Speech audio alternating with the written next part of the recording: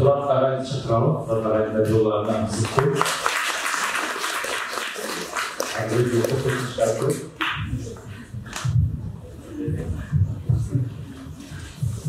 Assalamualaikum, warahmatullahi wabarakatuh. Қоғамдастығым.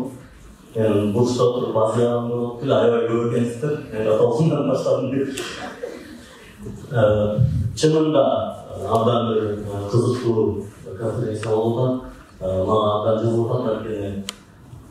Мен негізі басынан программист емесімін. IT-ге кейін келген адаммын. Айрықша абдан көп болған тыңғалышы. Қырғыз тіл адабияты мұғалімдігінен 15 жыл мұғалім болып істеп, анан 33 жашында IT-ге өттім.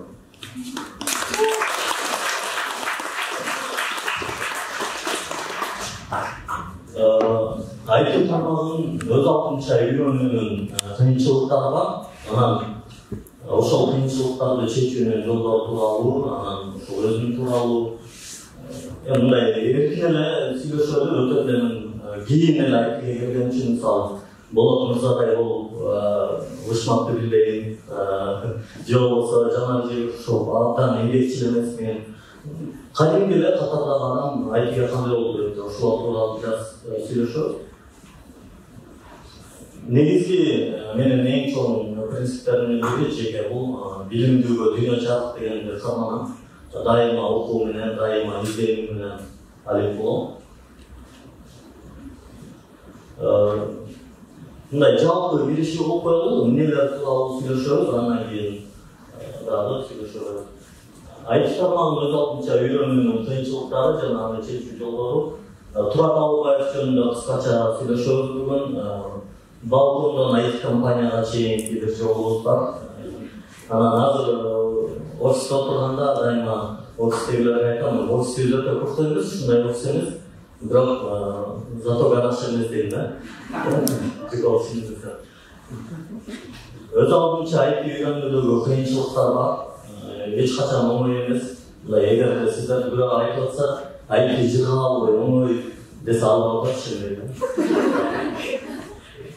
Ошол пайда болгон кыйынчылыктарды кантип чечишпек?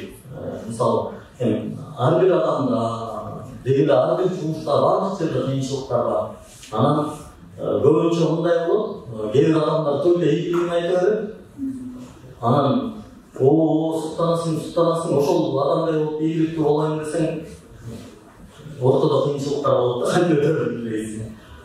Көбүнчө азыр ушундай баягы YouTube'дан, Google'дан успешныйлардын сабактарын угуп отура беребиз, бирок алардай боло албайбыз. Сабырдуулук жана тынымсыз аракет, муну ар бири айтып атат, жана режеде абдан басым жасап айтты, сабырдуулук өтө маанилүү. Ушулардын негизинде сүйлөшөбүз. Негизи эле Турат Алыбаев деген ким? Азыркы учурда Ахматов IT компания деген стартап компания бар. Ошол компаниянын директору болом.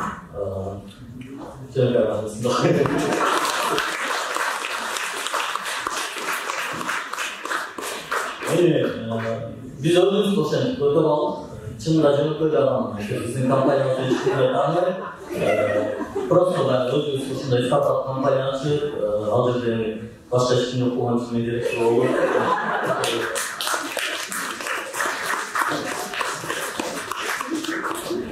Нарын облустун журнал районунда турган, ошол жакта эле жөнөкөй катардагы мектепти бүтүргөн. 2005-жылы мектепти бүтүрүп, Нарын мамлекеттик университетинде окугам.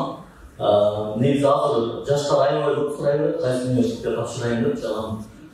Мен өзүм ошол Кыргызстандын эң аркы 3-чү университетинде окугам. Ошол эле жылы Нарын мамлекеттик университетинде ошол филология факультетине тапшыргам. Ийгиликсиздиктер өтө көп. Нарын университетин бүтүрүп албай калып, талашып бүтүргөм.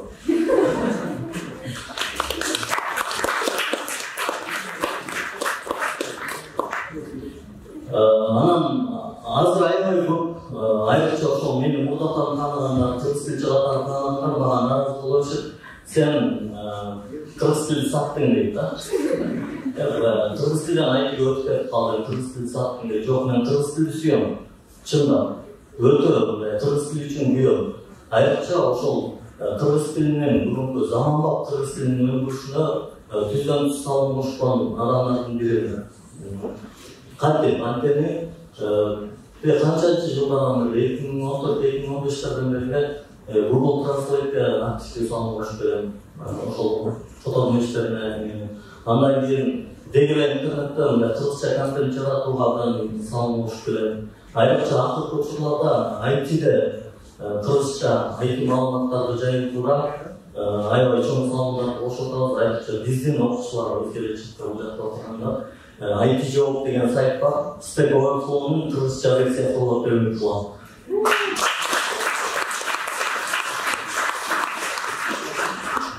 Университетти бүткөндөн кийин негизи кыргыз тилчи мугалим болуп иштеп баштаган.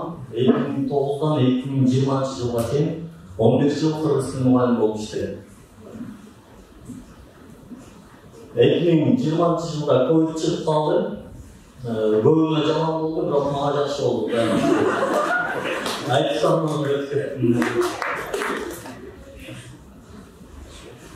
эми негизи ошол айтиге чейинки тарыхым ушундай. Кыскача эле аны айтиде турат, айтиде кандай нерселер болду. Андан көп жолду басып өттүм. Бул жерде аябай суроолор келип атат. Ошол курс окуш керекпи, университет окуш керекпи? Бул дайыма мынтип турган суроо. Бул ар бир адамдын өзүнүн жолу аргандай. Мисалы айрыкча бүтүрүүчү класстарга мен университетте сунуштайт элем, анткени диплом керек. Анан просто университетте ошол диплом үчүн, карьера үчүн окуса жакшы болот. Билим ансыз деле так өзүң аласың, Google'дан аласың, курстан аласың, мындай жол көп. Мен айтиге кызыгып баштаганда ковид баштан элек болчу, 2019 аягында баштап эмне болду точно билбейм, бирок YouTube'дан ошол программисттердин бир видеосун көрүп калып байлабастан ошондон баштап. Анан мен да программист болгум келди чындап. Анан кыргыз тилчи менен сабак берип жүрөм. Сабактан кийин отуруп алып Google'да казам, ошо кантип программист болсо. Анан аябай кызык жерин айтайын, мен ноутбугум жок болчу. Телефон менен баштагам айтыны. Анан эмне деп билсем, как стать программистом без ноутбука.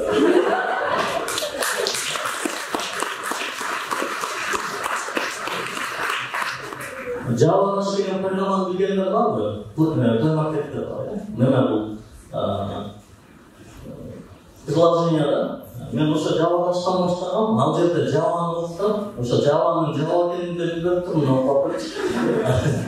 Аябай кызык да. Ошондой кыргыз тилчиге аябай ыңгайлуу келет, анткени ал жерде Java'ны жомоктой кылып айтып берет, анда кичинекей балага айтып бераткандай.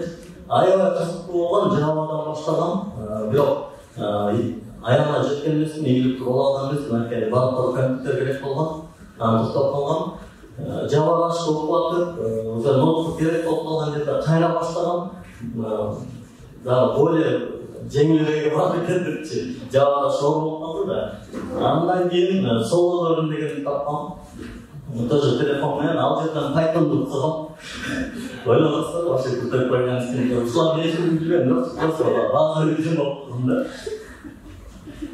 Андан кийин анан азыркы учурда дагы биздин кесиптешибиз ошол учурда мен окуучум болчу, Мустафа деген жигит бар, азыр Ошто филиалыбызда иштеп атат. Ошол Мустафа сунуштаган. Ага депчи, сиз ушундарды эмне кыйналып атасыз депчи. Мына жеңилден баштабайсызбы?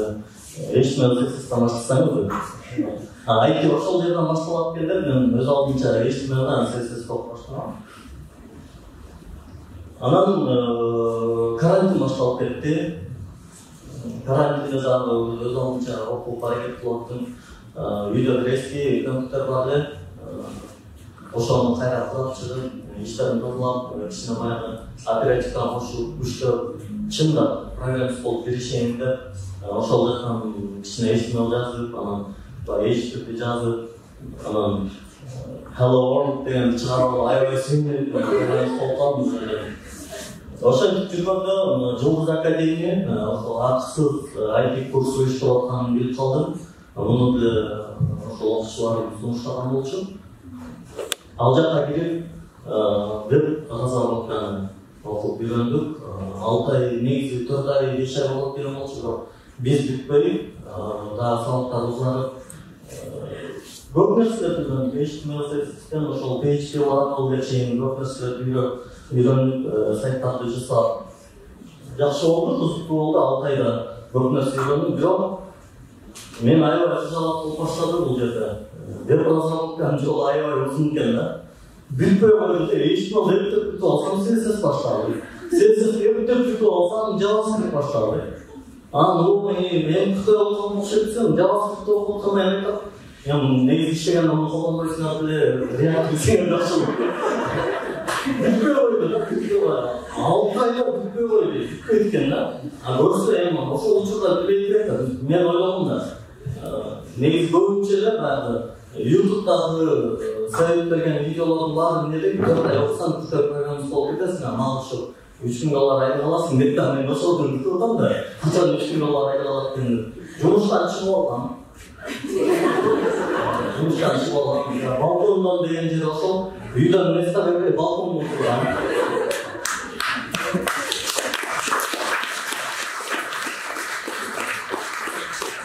Алтайда бүткөн жокмун. Алтайда бүткөн жок, бүтө алган дагы уланатты. Анан карантин деле бүттү, элдер өзүнүн ишин кылып атат. Аягында атам сөйгө баштады. Жалпы болсун, акчаны жумушта келип атат. Сабак сөйлөп турам, ал деле бар кайта бошоп отуруп 5000 сом айлык аласың. Анан ошого болбой 2 жыл болду отурган келди. Андан кийин ошол веб разработканы бүтүрүп жумуш чынын айтайын, IT-де жумуш издеп аткандар бар, бул эми достор. Жаман бала берем силерге. Жумуш таппайсың. Чындап. Жумуш издеген адам таппайт. Ишенип койгонго жөн эле мен негизи башка жумуш издеп көргөн түрүм жок. Көп болгондо мисалы кыздар шеяга деле жумуш издеп барса албайт экен да. Чабап узап коет экен. Эркек балдар стройкага барса делечи албайт экен да. Бирок бир кесипти жакшы үйрөнсөңөр, силерде жумуш өзү издеп берет. Жакшысы ушул. IT-ни мыкты үйрөнгө, даже ошондой HTML, CSS, JavaScript мыкты үйрөнгө, жумуш издебейсиңер, жумуш силерде өзү издейт. Айрыкча IT-де. Ушундай принцип менен окусаңар, ушундай принцип менен издесеңер, эч качан жумуш издебейсиңер. Мен өзүбүздүн кесиптештерге дагы окуучуларга дайыма көп айтам. Жумуш издеш үчүн эмес, жумуш менин издесинде окусаңар жакшы болот. Анан чынында деле бул 6 айда мен ошол Жылдыз академияда мындай жөн эле карап турган жокмун, күндө түндө окудум, аракет кылдым. Анан аягында алар ошол курс бүтө электе да кийинки курсту ачалы бизге ошол жерде ментор болуп иштеп беришти. Жылдыз академияда IT жолум ошол менторлук менен башталды. Бул жерде мен окуучуларым отурат, сизге аңгыр.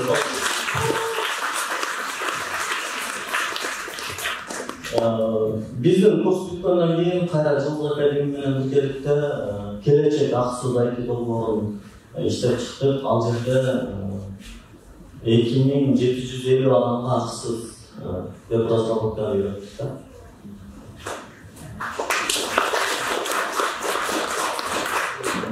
Бирок дагы эле мен мындай өз жолумду таап кете алган жокмун, аябай кыйналып жүрдүм. Веб разработкадан биринчи алган заказым 20.000 сомго сайт заказ алгам. Кыйын экен. Бирок мен ойлогом да 20.000 сомго сайт заказ алсам 2 күндө эле бүтүрүп койгонго депчи. Бирок чын ошондой болгон. Бак эле ашып кетсе 10 күндө бүтүрүп берген, бирок 20.000 сомго 1 жыл иштеп бергем. 1 жыл мени кул кылган да. Болбойт экен, ошондой IT тажрыйбанын жоктугу да. Ал улам эле бир катнаш чыгат, алып келе берет. Анан бул жерде минтип койчу, анан мындай болуп калыптыр, мен мындай калган эмес. Эчке да бул жерде сайт сатып берсе 20.000 сомго алып болгон. Көтөрүп кеткен окшойт. 2021-жылдын май айларында анан ошол кесимди өзгөртөйүн, веб разработка мен үчүн бул бүтпөйт экен, дагы кыскараак жол барбы деп Flutter тармагына өткөм. Мунун да кызык жери Flutter'ды да негизи бекер окуп калган, акысыз кандай жазылып билбейм. Негизи баардык эле курстар, көп эле курстар акылуу. Бирок бул жакта дагы ошол эми кичине билген бир нерселеринде ошол веб-разработканы билгенин себеби менен бул жакта отурат азамат агай Флаттерде окуган болчу бизге агай курс ачып калган экен. Курс эмес эми адамдар ошо үйрөтүп кайдан тийсин деп биздин кыргыз жарандарына мобильный разработканы айрыкча ошо Flutter менен мобильный разработканы үйрөтөйүн деп ачып калган экен. 20 адам алган, ошону бир тест берген болчу, ушундан өтсөң бар анан деп өтүп кетип ошол жерде окуп Flutter тымагын калды. IT өз алдынча үйрөнүүдөгү кыйынчылыктар негизи бул жакта пункттарды өзүнчө мына жакка да жазып койдум, бирок ушул эле жерде чечүү жолдорун сразу эле айтып кете берели, ал жакта көп токтолбойбуз. Эң негизги кыйынчылык өз алдынча окууда туура жолдун жоктугу. Айтып атпайм, жана Java баштан башталган деле мен эч ким жол көрсөткөн үчүн даже ошол Java'ны мен эмнеге окуп атканымды деле билген эмесмин да. Андан кийин Python'ды окуп аткам, аны деле эмнеге окуп атканымды билген эмесмин да. Ушул жерде өз алдынча окуу менен курстун эң чоң айырмасы белгиси бар. Курстан деле сени эч ким окутпайт. Бизде да курстар болгон, бизде үйрөтөт. Курстан эмнени үйрөтөсүңөр деп сураса айтканда мен эч үйрөтпөйм, өзүң үйрөнөсүң. Негизги маселе бул жерде roadmap, жол картасынын болгондугу. Курста бир карта бар да, кайсы жерден баштап кайсы жерге чейин үйрөтүлөт экендиги. Ошол маалыматтар берилип, жол карта берилип, анан өзүң изденип программист болосуң. Курста эч бир адам сенин мээңди ачып, анан маалыматты куюп кое албайт да. Ишо маалыматты куюп койсо деле болот керек, ал маалымат эле. Аны ошол эле биздин курста окуп аткан маалыматты сиз Италия Flutter open source да. Италия Flutter'ın барлык маалыматтары интернетте акысыз турат. Эч ким сатпайт аны. Бирок биз аны курста окуп атабыз. Эмне үчүн анткени roadmap бар. Бир жолдун картасы бар. Кайсы жерден баштап каяка барыш керек экендиги бар. Мунун чечүү жолу ошол да. Негизи эң чоң кыйынчылык жол, туура жолдун жоктугу. Эмнеге окуп атканыңды билбеген, өз алдынча окуганда ушунда мен ушундан кыйналдым, балким мындай башка чечүү жолдор болушу мүмкүн. Мен ошол курста окугандан кийин ошол жолдун картасын билип алып, бул кыйынчылыкты чечтим. Анан өз алдынча окуганда дагы көбүнчө бул онлайн окуйт да, аралыкта. Мындай жаныңда мугалим жок, жаныңда отурбай. Айрыкча биздин мамлекеттик билим берүү системаларында бул нерселерге ылайыкташкан үчүн биз көрүп калабыз да, мугалим мынтип сабак берет. Окуй деп. Ошондой нерсе болгон үчүн кыйналганбыз да. Мындай мугалим менен жакын отуруп, контролдо болбогонум үчүн башында мүмкүн аябай кызык оңдоп окуйсуң, анан унутуп каласың, карасаң 20 мүнөт өткөн жөн элечи. Андай болбойт экен да, мындай. Муну чечүүнүн дагы эң жакшы жолу ошол интернет бул биз үчүн берилген бир мүмкүнчүлүк экенин сезүү. Тескерисинче ошол мугалимдин контролу болбосо деле өзүң көбүрөөк окуш керек экенин билиш керек, сезиш керек. Ошондо анан бул өйгөй чечилет. Анан биз курс окуп атканда мындай чоң көйгөйлөрдүн бири, мисалы офлайн болсо жакшы эле, тапшырма аткардым деп карап коесуң. Тапшырма текшерүүгө аябай ыңгайсыз болот экен да. Мисалы сабакка келбей койсо, же болбосо интернетти жакшы болбой калса, тапшырмаларды текшере албайсың. Же болбосо өзүңдүн тапшырмаңды прямо текшерип албайсың. Ушундай кыйынчылыктар болот экен. Анан онлайн окууларда көбүнчө группада адам көп. Мисалы ушунча адам азыр бул жерде окуганда аябай көп болот, бирок Zoom'да беле адамдай болуп калат да. Анан тартынчаак адамдар, уялышан адамдар, өзүнүн оюн айта албайт, суроо сурай албайт, анан артта калып кете берет. Ошол дагы кичине тоскоолдук болот экен. Муну чечүүнүн жолу ошол жана эле айткандай наставник маанилүү. Бул жерде болот муз айткан нерсеге ушул аябай кошулам. Өзүң кичине бир нерсе үйрөнсөң, аны башка бирөөгө үйрөтүүгө аракет кылсаңыз, аябай жакшы үйрөнөсүз. Бир аз күнгө бир нерсе үйрөнүп, аны башка бирөөгө үйрөтүп кете бериш керек. ошондо дагы жакшыраак үйрөнөбүз. Ошондо мына группага адам санынын көптүгү деген маселе ошону менен чечилип калат. Эгер курстагы адам болсоңуздар, адам көп болсо, жалпы группанын ичинде айткандан уя болсоңуз, бир досуңузду тартып берип, ага айтып берип, өзүңүздөн өтүп кете берсеңиз болот.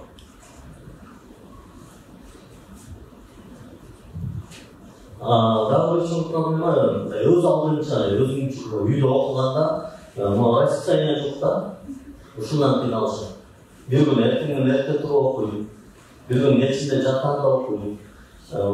Билим алуудагы дегеле мындай өнүгүүдөгү эң негизги маселе жана аябай жакшы айтты, туруктуулук. Мындай күнгө бирдей саатта кылыш керек. Туруктуулук. Ошол жерде да кичине мактанып коеюн, мисалы английский окуп атам, 530 күндөн бери бир да күн калтырбайт.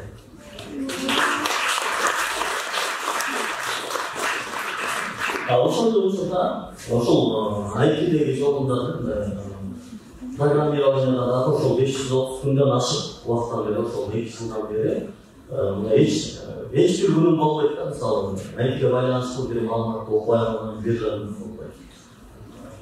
Мурда мисалы биз университетте окуп атканда дипломный работа жазайын десем, мен жаза турган маалыматтар ошол биз дедим областта жок экен, биздин мугалимдер мындай деген да, эми маалымат жок болуп турат. Эгер убакыт менен акчаңыз болсо, студентсиңиз деп түшүнөбүз. Бишкекке барып библиотекалардан карап көрөм, болбосо бир нерсе жазып койсоң түшүнөбүз деген да. Карап туруңуздар. Азыр болсо тескерисинче маалымат өтө көп. Бир учурда маалымат жетишсиз эле, азыр болсо маалымат өтө көп. Маалыматтын көптүгү бизде кыйналып атат. Ошолордун туура маалымат кантип үйрөнүш керек. Бул жерде ошол Google'да издөөнүн атайын лайфхактарында сонун айтып өттү, жана булар өтө маанилүү. Google дегенде лайфхактарын билиш керек. Ошондо анан азыркы учурда байланыштуу ошол Google'да болсун, YouTube'да болсун, алгоритм абдан сонун иштейт. Азыр кичине мындай YouTube'да байкасам мындай анда-санда саясаттар аралашып калыпты. Мисалы 2 жыл мурда мен окуп атканда мен ойлоптум да YouTube'да только IT маалыматтар чыгат. YouTube'да ачсам мен только эле IT боюнча маалыматтар чыгат эле да. Ушундай болуп калыш керек. Instagram'ыңыз только IT болуш керек, YouTube'ыңыз только IT болуш керек. Сиз Google'да ачканда эле уже Facebook мынтип правилды басканда IT сөздөр чыгыш керек да, значит, эмне издеп атканыңызды билиш керек. Анан окууга көп убакыт бөлүү дагы бул дагы бир негизи кыйынчылык. Буга биз күнөө албайбыз. Мен ошол 2 жыл окуп аткан учурумда аябай кыйналгам, өзүм айрыкча кыргыз тилинен айтып өткөн үчүн. Мага көп тоскоолдуктар болгон, досторум шылыңдаган, койчу демчи. Сен эмне математиканы кыйратсаң аны айтыштык болбойсуң. Анан айрыкча бир жаман жери бар, мисалы мен карандашпен түз да сыза албайм да. Шылым жок да. Ошолордун баарын айтып, досторум булар мага сыноо болгон. Жок, окуйм ғой. Жашым өтүп кетти. 33 жашта балдан айтып өтөрбү депчи. Канат бир жерден көрөсүң, кыргызча окumuş болосуң. Толтура сөздөр окумаңыз да. Өзүбүздүн эле туугандарыбыз, мисалы, сен балаң кыймаган, үйлөнгү кыймаган деген. Еще мен ойлогом да 4 ай курс окуп элем, бүтөп ишинде олар айрылган да. Жок, 2 жыл окуп калган да. Бул жерде ушул жерде мисалы атам окуп аткан жок, бирок атыма абдан терең ыраазычылык билдиргим келет. Ошол 2 жыл анча-мынча сөгүп өтөрдүм, бирок ошол 2 жыл бизди бакты. 2 кызым бар, семьям бар. Ошол төртөөбүздү ошол үйдө батырып, багып, мындай калган машинебей биздин продукты салып берип, биз да минимализм жашаганга аракет кылдык. Ошол менен анан эптеп айтыштарга өтүп. Убакыт көп бөлүп аттым, абдан көп бөлүп аттым. Ошол бир үйдө жашап атып, мен семьямды көрбөй албадым. Эртең мен алар тура эле балконго отурат элем, алар жаткандай барып жатат элем да. Ошончалык көп аракет кылдым. Бирок жакшы болду, жаман болгон.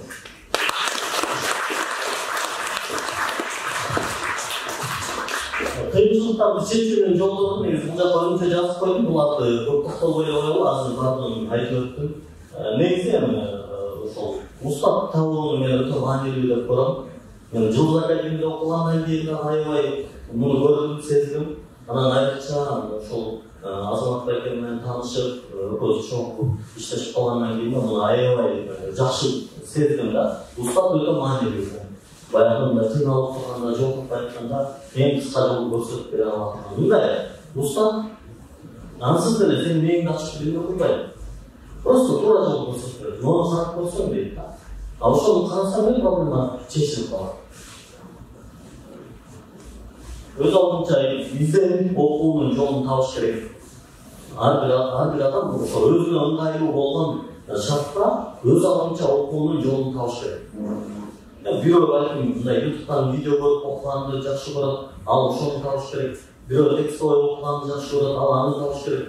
Бирөө үйрөткөндү жакшы көрөт, ал ошону табыш керек. Кыскасы өзүнүн жолун табыш керек. Чатырса болот. Мектептеги системадан чыгыш керек. Баягы мугалим текшерсе окуйм, текшербесе окубайм дегенден чыгыш керек. Маалыматты ийгегенди, туура маалыматты, керектүү маалыматты ээлеп, өзүнө алганды үйрөнүш керек. Ошол эмгек, сабырдуулук жана тынымсыз аракет.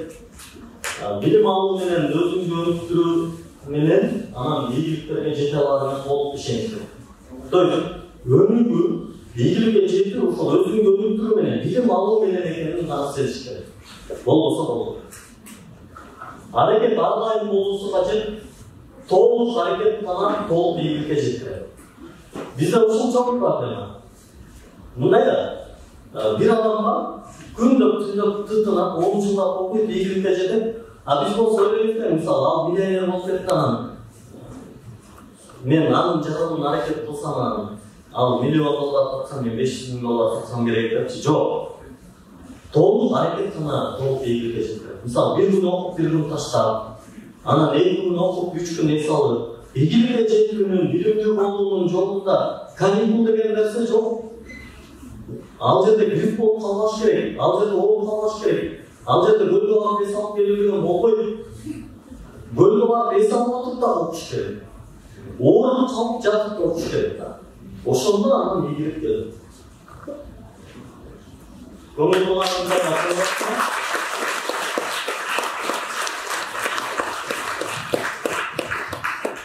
бул жерде айтпадым. YouTube'da жеке өзүмдүн каналым бар, Турат Алыбаев деген. Көптөн бери элдерге пайдалуу болуунун аракетин көрүп келем. Ар кандай видеолорду киргизем, мындай бир эле айтиге тиешелүү эмес, көп эле. Анан дайыма Телеграмда жок дегенде бир аптада бир жолу макала жазып чыгарам. Кыргыз тилинде. Бирок азыркы макалаларымдын баардыгы айтиге байланыштуу жазылып калган үчүн мен ойлойм сиздерге сөзсүз пайдасы тиет деп. Баардыгы эле жерден Турат Алыбаев деп издесеңиздер чыгат. Эми Кудай буюрса жакын араларда Акматов IT компания деп дагы жанына көпчүлүк калышы мүмкүн. Өзүң өнүктүр, өлкөнүн өнүгүүсүнө салым кош дегенди сөзсүз жазам. Мындай маселе бар да, биздин баарыбыздын максатыбыз эмне? Өлкөбүздүн өнүгүүсүн каалайбыз да. Бул өлкө өнүксө экен, бул өлкө ийгиликке жетсе экен, топ 10 өлкөнүн катарына кирсе экен деп баарыбыз эле тилек кылабыз да. Бирок ошондойго жетиш үчүн биз президентти же депутатты карап отура бергенибиз болбойт. Мен ишенем, Кыргызстан бир күнгө эле дүйнөнүн топ 10 өлкөсүнүн катарына жөн эле кирет. Бирок кантип? Мына жерде отурган ар бириңиздер өзүңүздөрдөн турган. Ишенип коюңуздар, ар бириңиздер мисалы ошол Цукербергдей, Илон Масктай, билбейм, Стив Джобстай болуп, ар бириңиздер ошондой миллиардтарды таап калсаңыздар, президенттин деле, депутаттын деле кереги жок буларга. Керек эмес. Ар бириңиздер өзүңүздөрдөн өнүктүңүздөр, бул өлкө сөзсүз өнүгөт. Мен ушуга ишенем. Кайсы тилдерди басымдуулуктар ошол аябай жакшы суроо болду. Эми жумушка орношуу жагы дегенде башын бере албайм, анткени мен жумушка орношкон эмесмин. Башы жумуш издеген эмесмин, билбейм. Бирок ушуну билдим, айтып өткөндөн кийин кыргыз тилчимин, анан аябай мындай қараңғы патриот болчумун, кыргыз тилчи кыргыз тилде билиш керек деген. Орыс тил вообще сөйлөбөй калгам. Анан азыр ушул айтып чыгысын алышкандан кийин орусча үйрөнгөнгө туура келип атат, англисча үйрөнгөнгө туура келип атат. Англис тилди азыр үйрөнүп атам. Азыр эле айткандай, өз алдынча жекече ошол телефон аркылуу эле 530 күндөн бери кыргыз тилде, англис тилде калтырбай окуп келатам. Азыр бул Компас колледжинин директору сөйлөгөндө дагы сөздөрдүн 60-70%-ын түшүндүрүп, Кудайга шүгүр.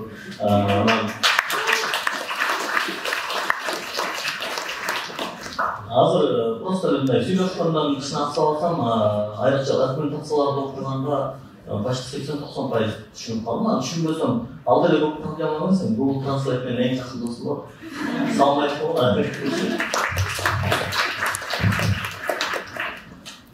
Biraz özünüzle belki görseniz akçadan başka mesele Şunda azırda geçimizden karada oşonda da geçimizden mantıklı. Bunday da koyunca bizde soru vergende daha bildiğimiz жазып беришет. Агай мен кайсын окусам болот депчи. Анан аябай көп мындай тамашалап жатсам, сен вообще эле окуй эле болдуң жазам. Анан эмнени үйрөтөсүң деп биз эч нерсе үйрөтпөйбүз деп жазам. Беришет чындык, анткени эч нерсе үйрөтө албайт, ажыган өзү үйрөнүш керек. Болгон биз жол көрсөтүп беребиз дейм да. Анан Нурдияна дагы ошондой жазгандардын бирөөсү өзүн тааныштырбайт, атын айтпайт. Анан жокчун номер жазды. Агай мен айтып окуйм дедим эле дейт. Эмнеге десем акча табайын дейт. Анан ушунда бар ош базардан акча таппайсың, акча керек болсо депчи. Ким айтып окусаң акча берет деп. Бербейт эч ким. Деп атсам анан атын Нурдияна десем, кечирип койчу, пожалуйста дедим. Кыз экенин билген жокмун да. Эркек бала окшойт деп ойлодум эле. Анан дагы кечирим сурайм, анда да кечирим сурайм. Негизги максат акча табуу болмош керек. Ошол өзүмдү өнүп турайын. Болот болсо аябай жакшы айтып да, билим өзүнүн мээңде жаралыш керек депчи. Сен өзүңдү өнүп турайын, бир нерсе үйрөнөйүн, бул мага эмнеге керек, каякта бололом деген максат болсо, акча негизги максат болсо, Кудай буйруса, айтыда жолуңузда каласыз. Акча керек болсо, чынында башка толуктар жол бар. Бизнес кылган акча көрүп каласыз. Айтыдан көрөт. Сиз ошол шыктан мотивацияны кайдан аласыз, энергияны кайдан аласыз?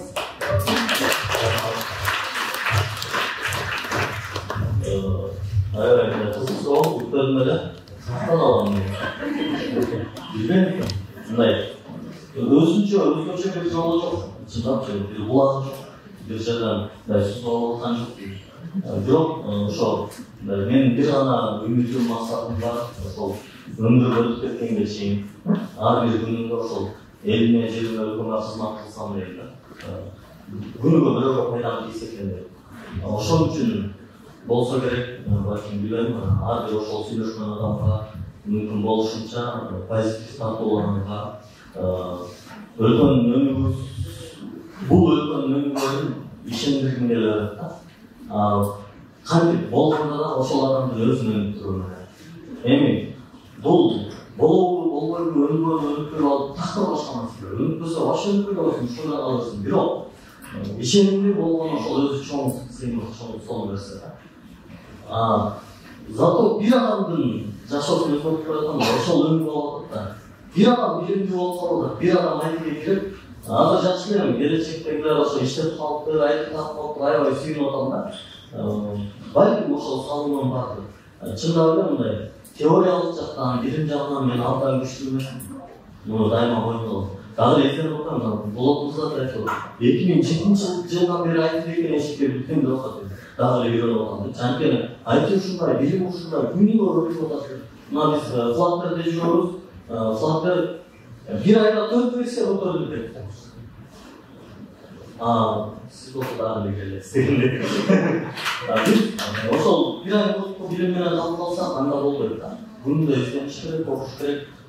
Мен булагым эле ушул, өлкөмдө өтүп пайдам тийсе экен деп ошол. Проектте кандай проектте иштеп атасыз? Жана жумушуңуз зорбу же жеңилби? Негизи жеңил жумуш жок. Мен мугалим болуп жүргөндө аябай мындай чарчадым да, кыйналып кеттим да. Айтып өтө элек. Анан аябай жакшы иштейм. Отуруп атам менен сүйлөшүп атам, атам айттым да, тажадым вообще депчи. Айылга барып эле кой кайнагым келип атат десем. Айда ошол мал бактан бир байкебиз бар, анан ошол байкеңе сурап көрчү. Айткан жеңилбек деп. Айта деген эч бир иштин жеңили жок. Баардык жумуш ошол. Мугалим болушун, ал эле болушун. Чын эле байкап көрсөң, ошол кой айтап жүрөт, байкем ал эле кыйналып атат, ал эле түшүп атат, ал эле күнгө кыйналып атат. Башка күнгө жолсун, ал эле кыйналып атат. Программисттер кыйналып атат. Жашоо жеңил эмес. Дайыма көйгөйлөр бар. Бирок ошол көйгөйлөрдү чечейин аракет кылганда анан жашоо кызык экен да. Анан каякта иштеп атам ошол Ахматов IT компания, биз мобильный разработка боюнча илгеребиз. Жеңил эмес, жыргал эмес, но кызыктуу. Жакшы. Зыяны тиебичи, сиз кайдасыз тиебин? Уже жумуш жок калды, ошолор алынышпады. Жок, эми ишленмен ушундай саясат жана бул кызыгым, айрыкча ушундай принциптар менде, мисалы мен бир жерге таасир бере албасам, ал жерге пайдам тие албаса, анда ал жерде энергиямды короткум келбейт. Анан именно саясатка айрыкча Россия менен Украинанын ортосуна мен айтсам алар токтоп койт. Ошон үчүн көптөр алек болгон жокмун, мен ошол. Эми адамдар өлкөсүн тынчтык болсун, бул боюнча макалаларды жаздым, бирок менин макалам жалпы коомчулукка да согуш болбосун. Анан ал жактан программисттердин келгени азыр мындай ачык, бизге эч кандай эле таасир тийген жок. Бирок мен ойлойм, пайдалуу эле болуп жатса керек, анткени алар бияка келип налог төлөп атат, мамлекетке салынышып атат. Анан бул жакта жүргөн үчүн биздин программист досторубуз алар менен таанышып атат, алардын маалыматынан пайдаланып атат. Алар junior программисттер келген жок да. Алардын көпчүлүгү ошол Европада, Америкада, IT компанияларда онлайн иштеп болгон үчүн просто тынч жерге келип иштегилер деп келишти. Анан эми мындай саясий, аябай чоң ачып бере албайм. Бирок мен ойлойм, пайдалуу эле болуп жатса керек. Критерийлер барбы, же кайдан издеш керек деген суроо, Жомархан. Рахмат, аябай жакшы суроо болду. Ошол эми наставникти дагы мен өзүм издеген эмес, алар өзгөрүп калды. Наставник табуу үчүн бир чөйрөдө болуш керек. Азыр бул жерге сизди бир эле адам чакырып келиптир, Өмүрбек байкеңизге мен да рахмат айткым келет. Сиз ушул жерде бул DevCool ошол Telegram группага, мисалы реклама болбойсун, Турат Алыбаев деген Telegram каналга подписка болуп аласыз. Анан ал жерден ошол эпе суроо берет, жазат, пикирлерин жазат, ошол жерлерди карап отуруп эле өзүңүзгө туура келген наставникти таап алсаңыз болот.